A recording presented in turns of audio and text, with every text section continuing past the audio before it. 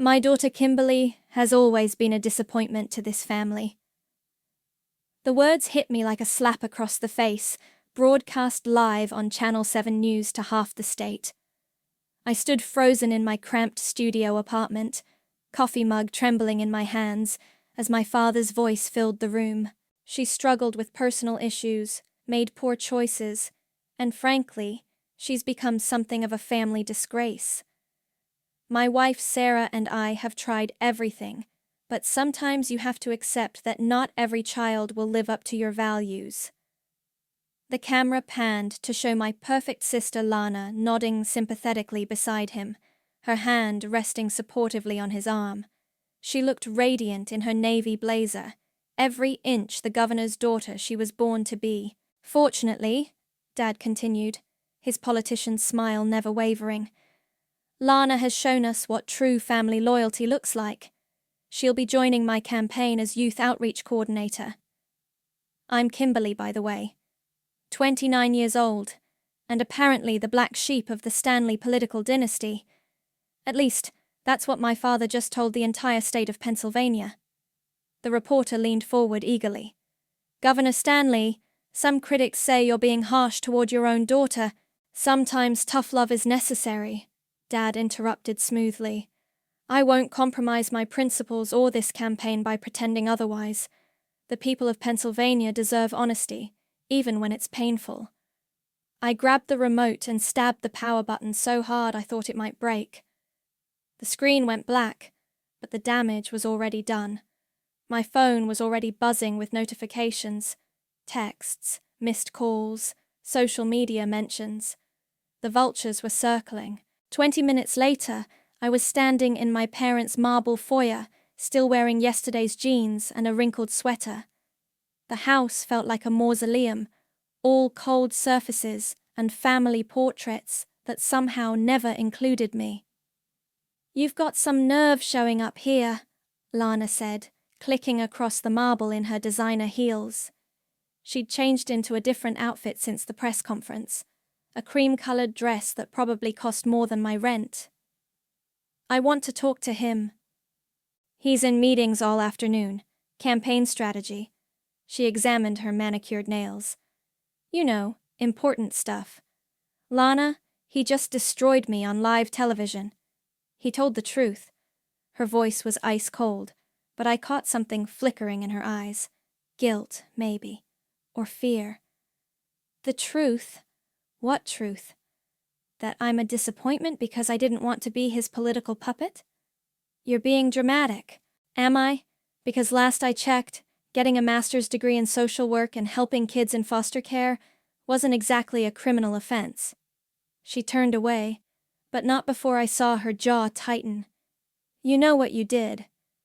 What I did was refuse to smile and wave for his cameras. What I did was have opinions of my own.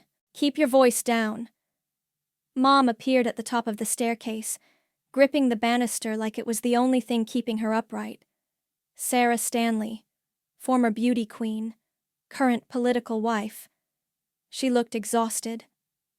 Mom, did you know he was going to say that? She descended slowly, each step deliberate. Your father is under enormous pressure. The polls are tight, and so he threw me under the bus. You threw yourself under the bus years ago. The voice came from behind me. Dad stood in the doorway of his study, still wearing his television makeup. Thomas Stanley, future governor if the polls were right. The man who'd just publicly disowned me. Dad, don't. He held up a hand. I've spent years making excuses for you, Kimberly. Your attitude, your choices, your complete lack of respect for this family's reputation. I'm done. What choices? What attitude? Because I wouldn't pose for your Christmas cards? Because I chose social work over law school? Because you've never understood what it means to be part of something bigger than yourself. The words hung in the air like poison. Lana shifted uncomfortably. Mom stared at her hands. Get out, Dad said quietly. And don't come back until you're ready to apologize. I looked at each of them, my father with his cold politician's stare, my mother with her practiced avoidance, My sister with her guilty silence. My family. Fine, I whispered. I drove home in a daze, my father's words echoing in my head. Family disgrace, poor choices, disappointment. Back in my apartment, I sat on my bed and stared at the wooden box on my nightstand. Grandpa Zuriel had given it to me the week before he died, his weathered hands shaking as he pressed the key into my palm. When the time comes, he'd whispered, you'll know what to do with this. I'd never opened it, never felt ready. But as I sat there, humiliated and alone, his words came back to me. The key turned easily.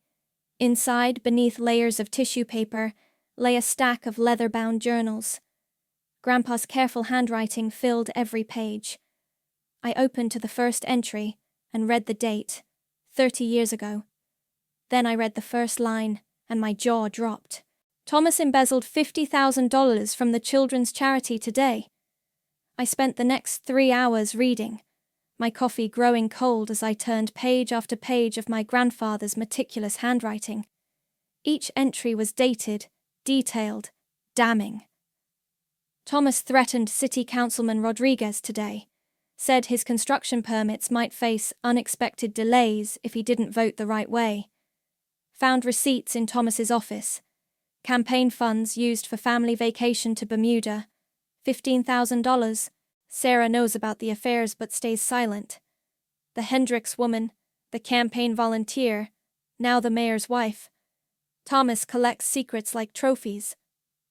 My hands were shaking by the time I reached the most recent entries, written just months before Grandpa died. He's planning to run for governor. God help us all. I slammed the journal shut and grabbed my phone, scrolling through my contacts until I found Olive's number. We'd been best friends since elementary school, before she got swept up in Dad's campaign machine. Kim? Jesus, I saw the news. Are you okay? I need to see you. Can you meet me at Murphy's Diner? I'm at campaign headquarters. It's crazy here. Everyone's...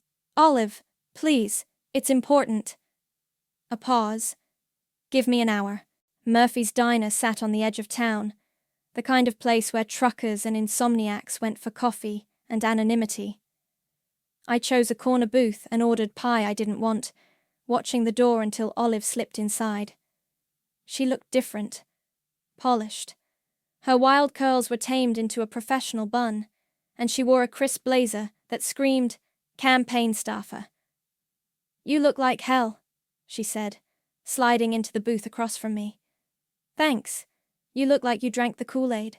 "Kim, what your dad said today was a lie. All of it." I leaned forward. "I need to ask you something, and I need you to be honest. Has anyone who crossed my father ever had accidents?" Olive's face went pale. "What kind of question is that?" "The kind that needs an answer." She glanced around the diner, then leaned closer. "There was a reporter last year, Jake Morrison. He was digging into some zoning deals, asking questions about Thomas's construction buddies." "What happened to him?" "Car accident. Brake failure on a mountain road." She picked at her napkin. Could have been coincidence. Could have been. And there was that accountant, the one who used to work for the city, Margaret something. She started asking questions about missing funds. Then suddenly she had a nervous breakdown. Checked herself into a psychiatric facility. My stomach dropped. When? 2 years ago. Right before Thomas announced his gubernatorial campaign. I pulled out my phone and showed her a photo I'd taken of one of Grandpa's journal pages. What if I told you I had proof of everything? The embezzlement, the bribes, the threats? Olive stared at the screen, her face going white. "Kim, where did you get this?" "My grandfather kept records. 30 years worth." "You can't use this." "Why not?" "Because they'll destroy you, not just politically, I mean actually destroy you. Your reputation, your career, maybe your life." She grabbed my wrist. "Promise me you won't do anything stupid." Define stupid. "Kim, I'm serious. These people don't play games." After Olive left, I sat in my car for 20 minutes, staring at my phone. Finally, I dialed a number I'd found online. Elijah Green, attorney at law. It's Kimberly Stanley. I need to see you. A pause. I represent your family, Kimberly. There could be a conflict of interest. Then maybe you should hear what I have to say before you decide. His office was downtown, all dark wood and leather-bound law books. Elijah looked younger than I'd expected, maybe 30, with sharp eyes and an expensive suit. I saw the press conference, he said, pouring himself coffee from a silver service. Rough day. You could say that. What can I do for you? I pulled out my phone again, showing him the same photo I'd shown Olive. Hypothetically, if someone had documentation of financial crimes committed by a political candidate, what would you advise them to do? He studied the screen for a long moment. Hypothetically, I'd advise them to be very careful. Accusations like this can backfire spectacularly. What if the documentation was rock solid? Then I'd say that person might have more power than they realize. He handed back my phone. Your father's campaign is built on his reputation for integrity. If that reputation were to crumble, he'd lose everything. Everything. Elijah leaned back in his chair. Of course, the person making such accusations would need to be prepared for the consequences. Your father has resources, connections. He wouldn't go down quietly. What kind of consequences? The kind that make Margaret Hoffman check herself into a mental health facility. My blood ran cold. You know about Margaret. I know about a lot of things, Kimberly. The question is, what are you willing to risk to make them public? I drove home in a daze, Elijah's words echoing in my head. Back in my apartment, I opened the journal again, flipping through pages until I found what I was looking for. Thomas diverted $200,000 from the Children's Hospital Charity Fund to pay for campaign expenses. Forged signatures on the transfer documents. If anyone ever finds out. I stared at the page, my grandfather's careful handwriting blurring as tears filled my eyes. This wasn't just embezzlement. This was stealing from sick kids. My phone buzzed with a text from an unknown number. Saw the news. If you want to talk about your father's campaign, call me. Read Moore, investigative journalist. I Googled him quickly. Read Moore, 33, worked for the Philadelphia Inquirer. He'd broken several political corruption stories over the past few years. I was still staring at his text when I turned to the next page in the journal. My grandfather's final entry, written just days before he died. Thomas must never become governor. The damage he could do with that kind of power. God forgive me for staying silent so long. Someone has to stop him. My hands were shaking as I reached for my phone. The family dinner was Mum's idea. We need to show unity, she'd said over the phone, her voice strained. The media is watching everything now. So here I sat at the mahogany dining table where I'd eaten 1,000 uncomfortable meals, picking at salmon that probably cost more than most people's grocery budget. The chandelier cast everything in golden light, making us look like a Norman Rockwell painting of the perfect American family, if Norman Rockwell painted lies. The polls are looking good, Dad said, cutting his fish with surgical precision. We're up 3 points since the press conference. Congratulations, I said flatly. Lana shot me a warning look. She'd barely spoken since I arrived, just sat there in her pearl earrings and perfect posture, playing the dutiful daughter. The youth outreach program is exceeding expectations, she said, clearly trying to fill the silence. We've registered over 2,000 new voters this week. Wonderful, Mom murmured, refilling her wine glass. Her third, by my count.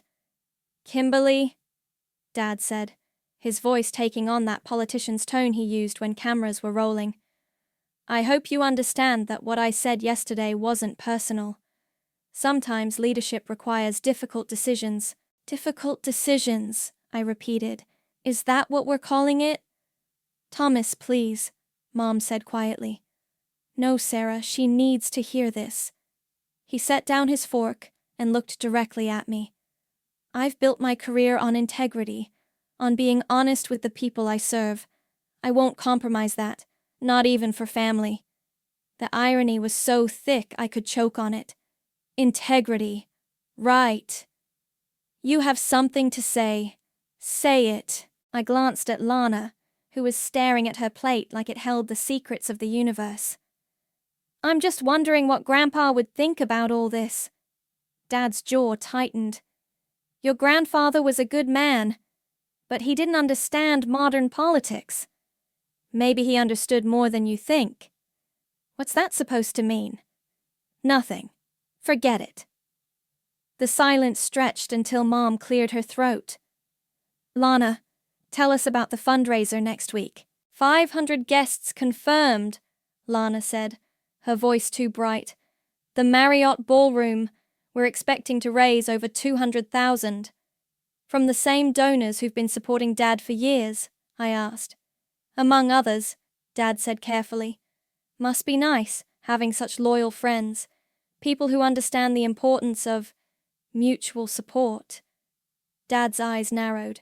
Kimberly, if you have something to say, I'm just making conversation. After dinner, I followed Lana onto the back terrace. She was leaning against the stone railing, staring out at Mum's rose garden.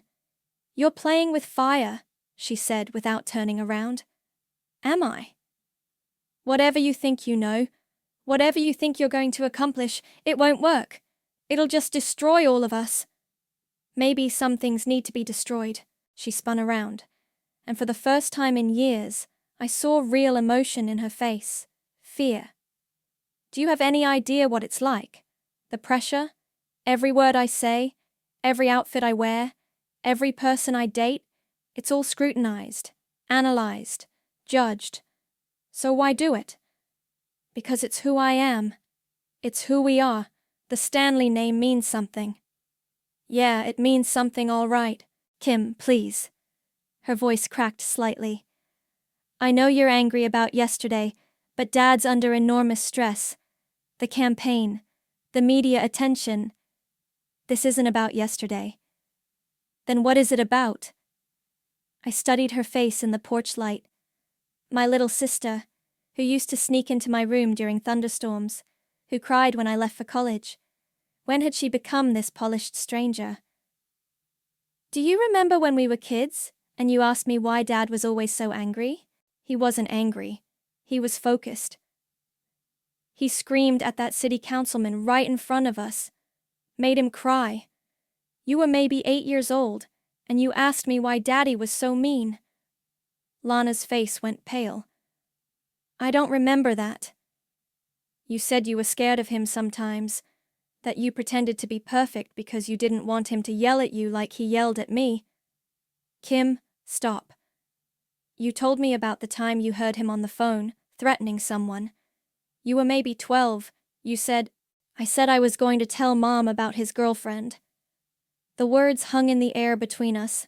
Lana's hand flew to her mouth, her eyes wide with horror. Lana! I didn't mean to say that. I've had too much wine, I'm not thinking straight. Which girlfriend? Kim, please, forget I said anything. The campaign volunteer? The mayor's wife? Someone else? Stop! Tears were streaming down her face now, ruining her perfect makeup. You don't understand. If this comes out, if any of it comes out, we lose everything. The house, the lifestyle, my job, my future. What about the truth? The truth doesn't pay for college tuition or keep the lights on. She wiped her eyes with the back of her hand. I can't be like you, Kim. I can't just walk away and start over. This is all I know. So you'll just keep pretending? I'll keep surviving. She pushed past me toward the house, then stopped at the door. There's something else, she said, without turning around. About the Henderson construction deal. Dad didn't just take bribes. He buried the environmental impact report. The one that showed the groundwater contamination. Lana, 50 families had to be relocated. Kids got sick from the water. Dad knew, and he buried it anyway. The door slammed behind her, leaving me alone on the terrace with the weight of her words and the sound of crickets in Mom's perfect garden.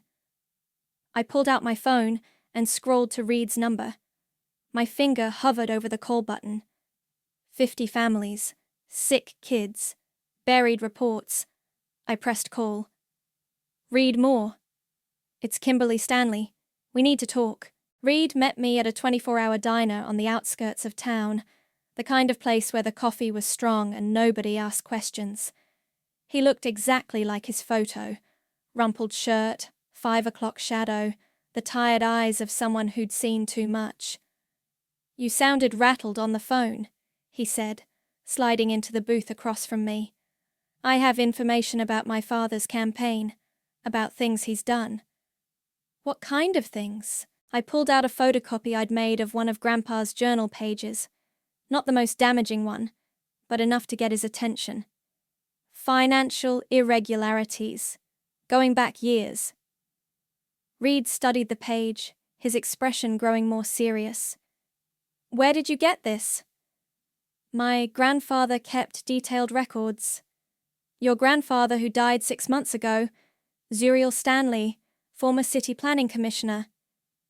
You knew him? I knew of him.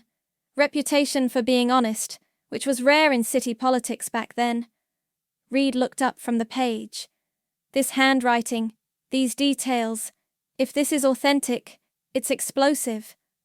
It's authentic. Why come to me? Why not the FBI, the state attorney general? Because they might bury it. You won't. Reed leaned back, studying my face. What do you want out of this? The truth. The truth has a way of destroying everyone it touches. Your family, your sister's career, your mother's social standing. You ready for that? Are you going to help me or not? I'll need more than 1 page, and I'll need to verify everything independently.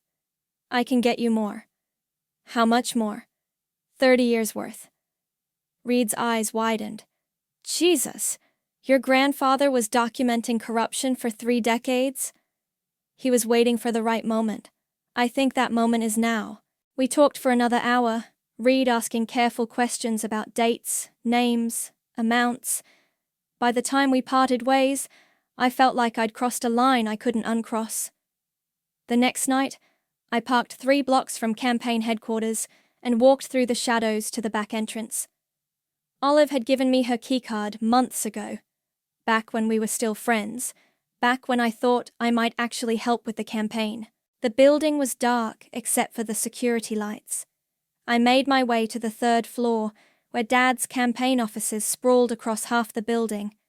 My heart was pounding so loud I was sure the security cameras could hear it.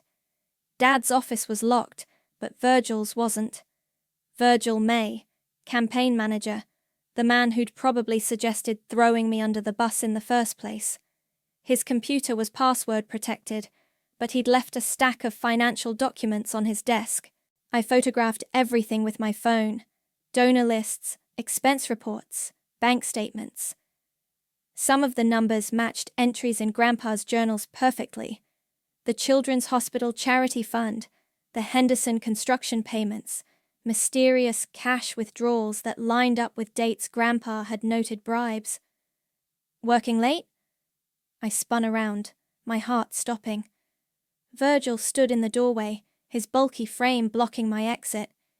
Even in the dim light, I could see his cold smile. I was just what? Breaking into my office, going through confidential campaign documents? The door was open. Was it? He stepped into the room, closing the door behind him. Funny thing about security cameras, Kimberly. They see everything. My mouth went dry. I'll leave. Oh, you'll leave all right. But first, we're going to have a conversation about what you think you're doing. I don't know what you mean. The journalist, Reed Moore. You think we don't know about your little coffee date? That's not. Your father is going to be governor. Nothing you do, nothing you say, nothing you think you found is going to change that. Virgil moved closer, and I caught the smell of cigarettes and aftershave. But you can make this very hard on yourself and everyone you care about. Are you threatening me? I'm giving you advice. Free advice. Walk away. Disappear for a while. Take a nice long vacation somewhere quiet. And if I don't, then we'll have to discuss your history of mental health issues, your drinking problem, your tendency toward paranoid delusions. I don't have any of those things. You will. Amazing how quickly medical records can be updated. How witnesses can be found to testify about concerning behavior. I backed toward the window, my hands shaking. You can't do that. Can't we? Ask Margaret Hoffman how well her accusations worked out for her. I need to go. Yes, you do. And Kimberly? He smiled that cold smile again. If I were you, I'd be very careful driving home tonight. These mountain roads can be so dangerous in the dark. I ran. Down the stairs, through the lobby, out into the parking lot where I fumbled with my car keys until I finally got the door open. My hands were shaking so badly I could barely start the engine. I drove home taking every back road I could think of, checking my mirrors constantly. Every pair of headlights behind me made my heart race. Back in my apartment, I double-locked the door and pulled all the curtains. My phone was buzzing with a text from Olive. "We need to talk! Now!" She was waiting in the parking lot when I looked out my window, pacing beside her car like a caged animal. "Get in," she said when I came downstairs. "Olive, what's—" "Just get in the car." We drove in silence until she pulled into an empty church parking lot. Her hands were shaking as she lit a cigarette. "They fired me," she said. "What? Why?" "Virgil said I was a security risk. Said I'd been sharing confidential information with unauthorized persons." She took a long drag. "They know about us meeting, Kim. They know about everything. I'm sorry. I never meant— There's more. After they fired me, I went home to pack up my stuff. Someone had been in my apartment. Are you sure? My laptop was gone. My files, my notes, everything related to the campaign." She flicked ash out the window. "They also left me a present." She handed me a manila envelope. Inside was a single photograph. Me, walking into campaign headquarters the night before. "They were watching," Olive said. "They knew you were coming."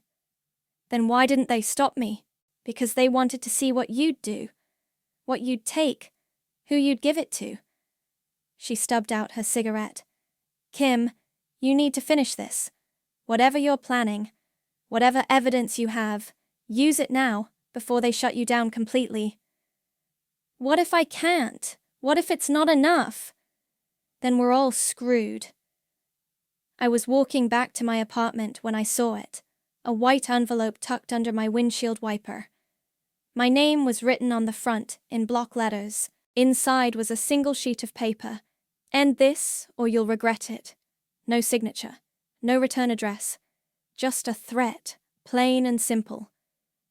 I looked around the parking lot, suddenly aware of how alone I was, how many shadows there were, how easy it would be for someone to be watching. My phone buzzed with a text from Reed. "Can you meet tomorrow? I have questions about the Henderson deal." I stared at the message, then at the threatening note, then back at my phone. Tomorrow felt like a lifetime away. I found Mom in her garden the next morning, deadheading roses with surgical precision. She wore gardening gloves and a wide-brimmed hat, looking like she'd stepped out of Southern Living magazine. "We need to talk," I said. She didn't look up from the roses. "If this is about dinner last night, your father was under stress. Mom, stop. Just stop pretending everything is normal." "I don't know what you mean." "You know exactly what I mean. The affairs, the bribes, the threats. How long have you known?" Her pruning shears paused mid-cut. "Kimberly, you're upset about the press conference. I understand that, but making wild accusations— They're not wild, they're documented." She finally looked at me, and I saw something crack in her perfect composure. "What do you want me to say?" I want you to tell me the truth. For once in your life, just tell me the truth. The truth? She laughed, but there was no humor in it. The truth is that I have a beautiful home, financial security, and a position in society that most women would kill for. The truth is that your father has given me a life I never could have achieved on my own. And what did you give him in return? Your silence? I gave him loyalty. I gave him a family. I gave him respectability. You gave him cover. She turned back to the roses, her movements sharp and angry. You think it's easy? You think I don't know what people whisper at the country club? You think I don't see the way other wives look at me? Then why stay? Because I'm 54 years old, Kimberly. Because I have no career, no independent income, no life outside of being Thomas Stanley's wife. Because starting over isn't an option for everyone. So, you'll just keep looking the other way? I'll keep protecting what's mine. She stripped off her gardening gloves and faced me. And if you're smart, you'll do the same. Whatever you think you're planning, whatever evidence you think you have, it won't just destroy your father. It'll destroy all of us. Maybe that's what needs to happen. Easy words from someone who has nothing to lose. That afternoon, I met Reed at a coffee shop downtown. He looked tired, like he'd been up all night researching. I've been digging into the Henderson construction deal, he said, sliding a folder across the table. Your sister was right. The environmental impact report was buried. 53 families were relocated, and at least a dozen kids were hospitalized with lead poisoning. Can you prove my father knew? I can prove he was copied on the original report. I can prove he attended the meeting where they decided to suppress it. What I can't prove is that he personally ordered the cover-up. What would you need for that? A smoking gun, documentation, recordings, someone willing to go on record. I pulled out another photocopy from Grandpa's journal. Would this work? Reed read it twice, his eyes widening. This is Jesus, Kimberly. Your grandfather wrote that your father personally ordered the report destroyed, that he threatened the environmental consultant who prepared it. Is it enough? It's a start, but I need more sources. Independent verification. I might have something else. That evening, I went back to Grandpa's journals, reading deeper into the entries I'd skipped before. Near the back of the final volume, I found a letter tucked between the pages. It was addressed to me, in Grandpa's shaky handwriting. My dear Kimberly, it began. If you're reading this, then I'm gone, and Thomas is probably closer than ever to real power. I should have stopped him years ago, but I was weak. I chose family loyalty over doing what was right, and I've regretted it every day since. The letter went on for 3 pages, detailing specific crimes, naming names, providing account numbers and dates. But it was the final paragraph that made my hands shake. Do not let him become governor. The damage he could do with that kind of power, the lives he could destroy. It's unthinkable. I'm leaving you these records because you're the only one with the courage to use them. You're the only one who isn't afraid of him. I was still reading when my phone rang. Lana's name flashed on the screen. Kim, where are you? At home. Why? There's been an incident. Dad, he lost his temper during a campaign meeting. Someone recorded it. What kind of incident? He screamed at a volunteer, called her worthless, threatened to ruin her career. The video's already online. I pulled up social media on my laptop. The video was grainy, clearly shot on someone's phone, but the audio was crystal clear. Dad's voice, filled with rage, berating a young woman who looked barely out of college. You're nothing, he snarled. You're nobody. Cross me again, and I'll make sure you never work in this state. The comments were brutal. Thomas Stanley abuse was already trending. The campaign is in damage control mode, Lana continued. Virgil wants to blame it on stress. Say, Dad's been working too hard. What do you want me to do about it? I need you to make a statement, supporting Dad, saying the video is taken out of context. Are you insane? Kim, please. The polls are already dropping. If this keeps up, good. Maybe people will finally see who he really is. You don't understand. If he loses, if the campaign collapses, they're going to blame me. Virgil's already saying I should have controlled the narrative better. Lana, I'm scared, Kim. Really scared. Dad's not just angry anymore, he's different, dangerous. The line went quiet except for the sound of her crying. What happened? I asked. After the video came out, he came home and he hit Mom. Not hard, just a slap. But Kim, he's never done that before. Never. My blood ran cold. Where is she now? Locked in her room. She won't come out, won't talk to anyone. And where's Dad? Back at headquarters, screaming at everyone. Virgil's trying to keep him away from reporters, but I don't think it's working. I looked at Grandpa's letter again, at his final plea. Do not let him become governor.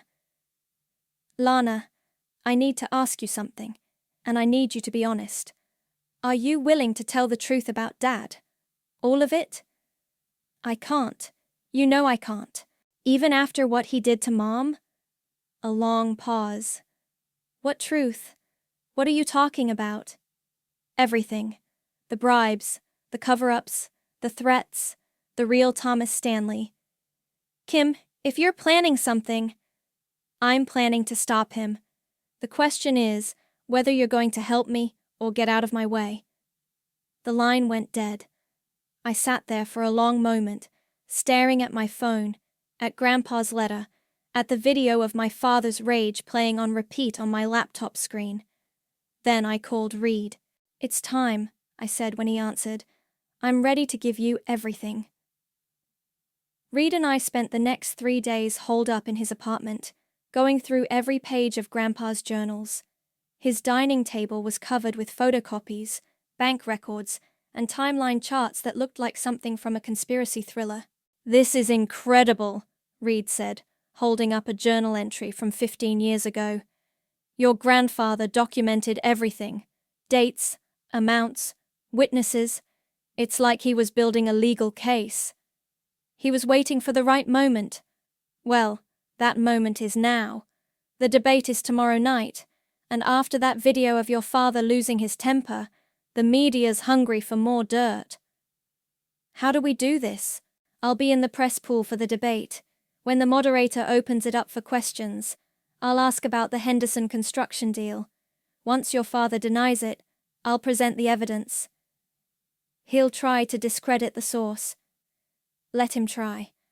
I've got 3 independent sources confirming the environmental cover-up, plus your grandfather's documentation. It's bulletproof. My phone buzzed with a text from Lana. Need to see you. It's urgent. I found her waiting in the parking lot of a grocery store on the edge of town, sitting in her car with the engine running. She looked terrible. No makeup, hair pulled back in a messy ponytail, dark circles under her eyes. Get in, she said. Lana, what's wrong? Just get in the car. We drove in silence until she pulled into an abandoned parking lot behind a closed factory. She turned off the engine and sat there for a moment, staring at her hands. I know what you're planning, she said finally.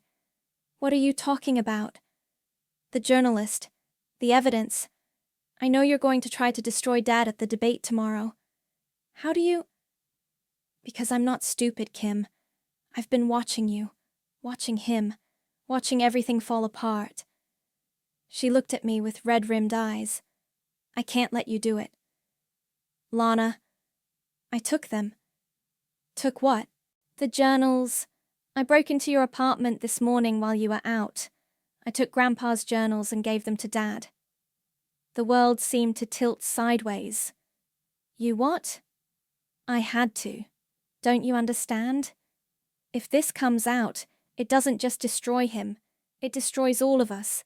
My career, my future, Everything I've worked for. Those were mine. Grandpa left them to me. Grandpa's dead, Kim. We're not. I stared at her, this stranger wearing my sister's face. Do you have any idea what you've done? I saved our family. You saved a lie. Sometimes lies are all we have. I got out of the car and started walking. She called after me, but I kept going, my mind racing. The journals were gone. All of Grandpa's careful documentation. 30 years of evidence. Gone. But Reed still had the photocopies. We could still... My phone rang. Reed's name on the screen. Kim, we have a problem. What kind of problem? Someone broke into my apartment. Took my laptop. All the hard copies. Everything. When? I just got home. The place is trashed. They were looking for something specific. The photocopies? Gone. All of it. I sank onto a bus stop bench, the weight of defeat crushing down on me. It's over. Not necessarily. I still have the digital copies on my phone, the ones I uploaded to the cloud. It's not everything, but it's enough. Are you sure? I'm sure. Meet me at the studio tomorrow. Channel 7 is broadcasting the debate live. We'll end this.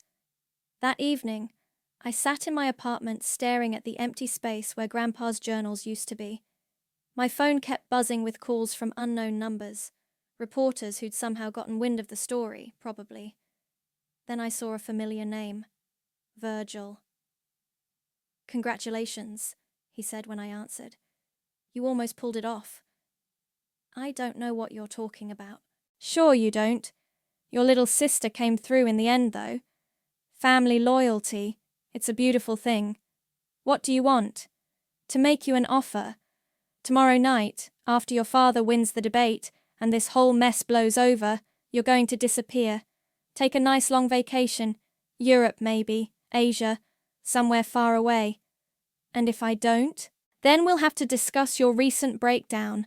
The paranoid delusions, the wild accusations against your own family. Very sad, really. But don't worry, we know some excellent facilities. Very private, very discreet. You can't we? Ask yourself this, Kimberly. Who's going to believe you now? The disgraced daughter making desperate accusations against her own father. The same daughter who's been publicly labelled a family disgrace. The line went dead. I sat there in the dark, feeling the walls closing in. They had the journals. They had the evidence. They had my sister. But they didn't have everything. I pulled out my phone and scrolled through my photos until I found what I was looking for. The picture I'd taken of Grandpa's final letter. The one that had been tucked between the journal pages. The one Lana hadn't known about. The letter that explicitly stated, Thomas personally ordered the Henderson report destroyed and threatened Dr. Patricia Williams, the environmental consultant, with physical harm if she spoke publicly about the contamination. I forwarded the photo to Reed with a message. Insurance policy. Use it. Then I called Olive. Kim, Jesus, I heard about your apartment. Are you okay? I need a favor. A big one. What kind of favor? I need you to get me into the debate tomorrow night. That's impossible. Security is tight, and after everything that's happened, Olive, please, this is my last chance. A long pause. What are you planning? To tell the truth. The truth has a way of getting people hurt, Kim. I'm already hurt. We all are. The question is whether we're going to keep bleeding in silence or finally stop the bleeding. Another pause. There's a service entrance on the east side of the building. The catering staff uses it. I might be able to get you a uniform, a temporary ID badge. You'd do that? Your father destroyed my career, Kim. Maybe it's time someone returned the favor. The next morning, I woke up to find my car tires slashed and a new note on my windshield. Last warning. I called a cab and spent the day at Reed's apartment, going over our plan. He'd present the evidence during the question period. I'd be in the audience, ready to corroborate if needed. Are you sure about this? He asked as we prepared to leave for the studio. Once we do this, there's no going back. There's already no going back. Your family will never forgive you. My family stopped being my family the day they chose lies over truth. We were walking to his car when I saw them, 2 men in dark suits, standing by a black sedan across the street. One of them was talking into a radio. Reed, I said quietly. I see them. What do we do? We stick to the plan. They can't stop us once we're live on television. But as we drove toward the studio, I couldn't shake the feeling that we were walking into a trap. That somehow, despite all our precautions, they were still one step ahead. My phone buzzed with a text from an unknown number. The debate has been moved to a secure location due to security concerns. New address attached. I showed Reed the message. He frowned. That's not the studio address. It's a trap. Or they're trying to keep us away from the real debate. We looked at each other, both thinking the same thing. What do we do? I asked. We go to the real debate. And we end this. The Channel 7 studio buzzed with pre-debate energy. Camera crews made final adjustments while makeup artists touched up the candidates. I stood in the back, wearing a catering uniform Olive had somehow procured, my heart hammering against my ribs. Testing, testing, the sound engineer's voice crackled through the speakers. Reed sat in the press section, his laptop open, fingers drumming nervously on the table. We'd made eye contact once when I entered, a brief nod that said everything was ready. Dad stood at his podium, looking every inch the confident politician. His opponent, Senator Martinez, shuffled through note cards at the opposite podium. Between them sat the moderator, Janet Walsh, a veteran journalist known for her tough questions. 30 seconds to air, someone called out. I spotted Lana in the front row, wearing a navy dress and her practiced campaign smile. Mum sat beside her, but something was wrong with her posture. She held herself too carefully, like someone trying not to show pain.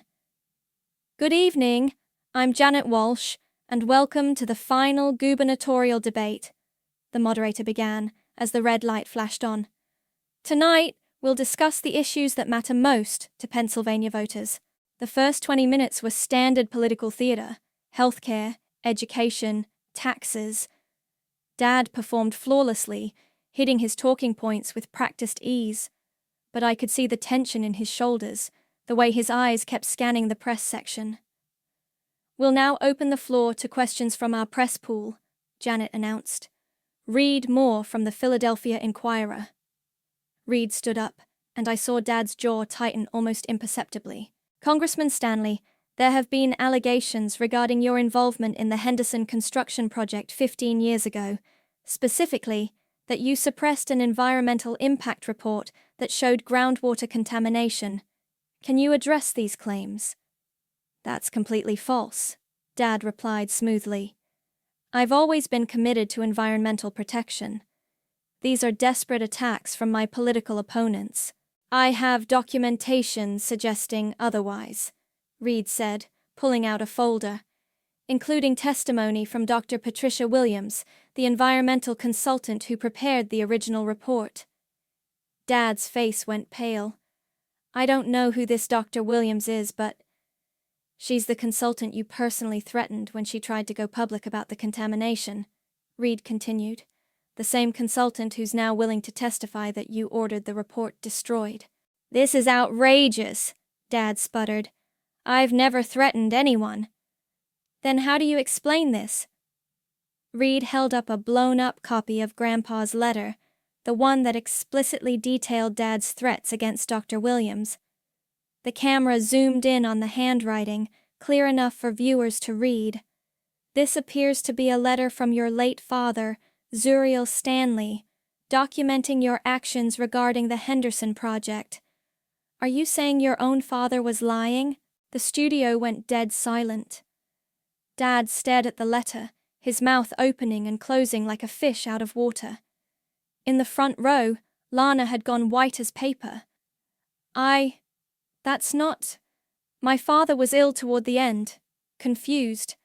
These allegations are you aware that 53 families were relocated due to contamination that could have been prevented if the original report hadn't been suppressed? Reed pressed. Are you aware that 12 children were hospitalized with lead poisoning? I had nothing to do with. Then why did you receive payments totaling $200,000 from Henderson Construction immediately following the project's approval? Dad's composure finally cracked. You have no right to make these accusations. This is a witch hunt. Congressman Stanley, Janet interjected, do you have a response to these specific allegations? This is all lies, fabricated evidence from a disgruntled family member. The camera panned to me in the back of the room. I felt every eye in the studio turn my way. Are you referring to your daughter Kimberly? Janet asked. My daughter has serious mental health issues. She's been making wild accusations, trying to sabotage my campaign out of spite. That was it. The final straw. I stepped forward, pulling off the catering cap. I'm right here, Dad. Why don't you say it to my face? Security moved toward me, but Janet held up a hand. Let her speak. Everything in that letter is true, I said, my voice carrying across the silent studio. My grandfather documented 30 years of corruption, bribery and cover-ups. The Henderson project was just one example.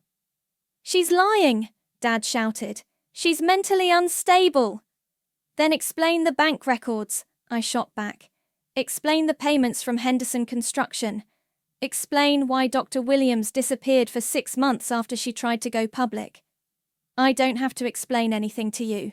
No, but you have to explain it to them. I gestured toward the cameras. To the families whose children got sick. To the voters who trusted you. Dad's face was red with rage. You ungrateful little... Thomas! Mom's voice cut through his tirade. She stood up slowly, and I could see the bruise on her cheek that makeup hadn't quite covered. Stop. Sarah. Sit down. No. Her voice was quiet but firm. I won't sit down anymore. I won't stay silent anymore. She turned to the camera. My husband hit me 2 days ago. It was the first time, but I don't think it would have been the last. The studio erupted. Dad lunged toward Mom, but security finally intervened, restraining him as he screamed incoherently. You're all against me, my own family, traitors, all of you. The cameras kept rolling as they escorted him off the stage. Senator Martinez stood at his podium looking stunned. Janet tried to restore order, but it was chaos. In the front row, Lana sat frozen, tears streaming down her face. Our eyes met across the room, and I saw something I hadn't seen in years. My little sister, scared and lost, and finally seeing the truth. We're going to commercial, Janet announced, but I knew the damage was done. The story would be everywhere within the hour. Social media was probably already exploding. Dad's political career was over. Reed appeared at my side. You did it. We did it. How do you feel? I looked around the studio. At the chaos. At Mom being comforted by campaign staffers. At Lana sitting alone in the front row. At the security guards still restraining my father in the wings. Empty, I said honestly. I thought I'd feel vindicated, but I just feel empty. That's normal. Revenge rarely feels as good as we think it will. This wasn't revenge. This was justice. Was it? I didn't have an answer for that. All I knew was that the truth was finally out, and there was no taking it back. My phone was already buzzing with calls from reporters, but I ignored them all. There would be time for interviews later, time for explanations and follow-up stories. Right now, I just wanted to go home. But as I walked toward the exit, I realized I wasn't sure where home was anymore. The coffee shop was nearly empty at 7 in the morning, just me and the barista, who looked like she'd rather be anywhere else. I'd been coming here every day since the debate, Partly because the coffee was decent, mostly because it was the only place reporters hadn't found me yet. My phone buzzed constantly. Interview requests, book deals, documentary offers. Everyone wanted to hear from the daughter who brought down a political dynasty. I'd turned them all down. The bell above the door chimed and Lana walked in. She looked different without her campaign polish. Jeans, sneakers, hair in a simple ponytail. She looked younger, more like the sister I remembered. "Can I sit?" she asked. I gestured to the empty chair across from me. She ordered a coffee and sat down, her hands wrapped around the mug like she was trying to warm herself. "How's Mum?" I asked. "Staying with Aunt Carol in Florida. She says she needs time to think." "And you?" "Unemployed. Unemployable, probably." She managed a weak smile. "Turns out being the daughter of a corrupt politician isn't great for your resume." "I'm sorry." "Are you?" I considered the question. "I'm sorry you got hurt. I'm not sorry I told the truth." "The truth." She stared into her coffee. "Dad's been arrested. Did you know that? Federal charges. Fraud. Bribery. Conspiracy. They're saying he could get 20 years. "I know. Do you feel better now? Now that you've destroyed everything?" "I didn't destroy anything, Lana. I just stopped pretending it wasn't already broken." She was quiet for a long moment. "I found something in Dad's office when I was cleaning it out. A file with your name on it." "What kind of file?" "Medical records. Fake ones. Documenting a history of mental illness, drug abuse, paranoid delusions. They were going to use them against you if you didn't back down." The coffee turned bitter in my mouth. "How long have they had those?" "Virgil had them made 2 weeks ago. They were planning to have you committed, Kim. Involuntarily." "Jesus." "There's more. They had someone following you, taking pictures.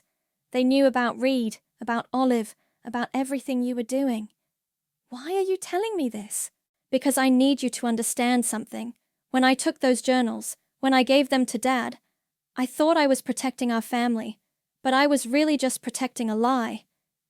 She reached into her purse and pulled out a manila envelope. "I made copies before I gave them the originals. Everything. Every page, every document, every letter." I stared at the envelope.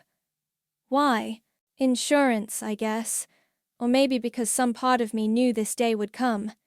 She pushed it across the table. "Reed's been asking for more evidence for his follow-up stories. This should give him plenty." "Lana." "I'm leaving town. Tonight. I got a job offer in Seattle, working for a nonprofit. It's not much, but it's honest work." "You don't have to run away." "Yes, I do. Not from you, not from the truth. From who I was when I was part of all this." She stood up. "I'm proud of you, Kim. I should have said that years ago." She was almost to the door when she turned back. "Oh, and Kim, you might want to check your email. There's something you need to see." After she left, I sat there staring at the envelope. 30 years of corruption, documented in my grandfather's careful handwriting. Evidence that could put away not just my father, but half the political establishment in the state. I pulled out my phone and opened my email. The message was from an address I didn't recognize, but the subject line made my blood run cold. "The Stanley Legacy. Ms. Stanley," it began. "My name is Detective Sarah Martinez, with the FBI's Public Corruption Unit. We've been investigating your father's activities for the past 2 years, but we've lacked the evidence needed for prosecution. Your grandfather's journals have provided that evidence." I kept reading, my hands shaking. "However, we've recently learned that your father was not acting alone. The corruption network extends far beyond his individual actions, involving multiple elected officials, business leaders, and organized crime figures. Your public exposure of this network has made you a target." The message went on to detail threats against my life, surveillance activities, and a recommendation that I enter witness protection. "We can offer you safety, but it would mean leaving your current life behind. Please contact me immediately to discuss your options. I stared at the email, then at the envelope Lana had left, then at the coffee shop around me. This ordinary place where I'd been hiding from reporters, thinking the worst was over. My phone rang. Reed's name on the screen. Kim, thank God. I've been trying to reach you all morning. I saw the FBI email. Then you know we have a problem. 3 more officials were arrested this morning based on your grandfather's evidence. The whole network is collapsing and they're desperate. How desperate? Desperate enough to try to silence the source. You need to get somewhere safe, now. I looked out the window and saw a black sedan parked across the street. 2 men in suits sat inside, watching the coffee shop. Reed, I think it might be too late for that. What do you mean? I think they found me. The men got out of the car and started walking toward the coffee shop. One of them spoke into a radio. The other kept his hand inside his jacket. Kim, get out of there. Now. I grabbed the envelope and headed for the back exit, but another man was already there, blocking my path. He was older, maybe 60, with cold eyes and an expensive suit. Ms. Stanley, he said calmly, we need to talk. I don't think we do. I think you'll find we do. You see, your little crusade has cost some very important people a great deal of money. And when important people lose money, they tend to get upset. Are you threatening me? I'm offering you a choice. You can disappear quietly, take a nice long vacation somewhere far away, never speak to reporters again, and everyone stays happy. Or you can keep playing the hero and discover just how dangerous the truth can be. The barista had disappeared into the back room. We were alone. What makes you think I'll choose the first option? Because the alternative isn't just dangerous for you. It's dangerous for everyone you care about. Your sister, your mother, your friend Olive, even that reporter boyfriend of yours. He's not my boyfriend. Semantics. The point is, you have 24 hours to decide. Choose wisely. He turned and walked out, leaving me alone with the weight of his words and the envelope full of evidence that could destroy what was left of the corruption network. But at what cost? I called the number from the FBI email. Detective Martinez? This is Kimberly Stanley. I think we need to talk. Ms. Stanley, thank God. Are you somewhere safe? For now, but I don't think that's going to last long. We can have agents to you in 20 minutes. Just tell me where you are. I looked around the coffee shop, at the life I'd built for myself, at the envelope that contained enough evidence to bring down dozens of corrupt officials. I'm ready, I said. I'm ready to finish what my grandfather started. Even if it means giving up everything? I thought about Grandpa's final words. Do not let him become governor. He'd been willing to sacrifice everything for the truth. Maybe it was time I did the same. Everything I had was built on lies anyway, I said. It's time to start over with the truth. 20 minutes later, I was in the back of an FBI vehicle, watching my old life disappear in the rearview mirror. The envelope sat on my lap, heavy with the weight of justice. My phone buzzed with a text from an unknown number. You made the right choice. Z. I stared at the message. Grandpa had been dead for 6 months, but somehow I knew he was still watching over me. The truth was finally free, and so was I.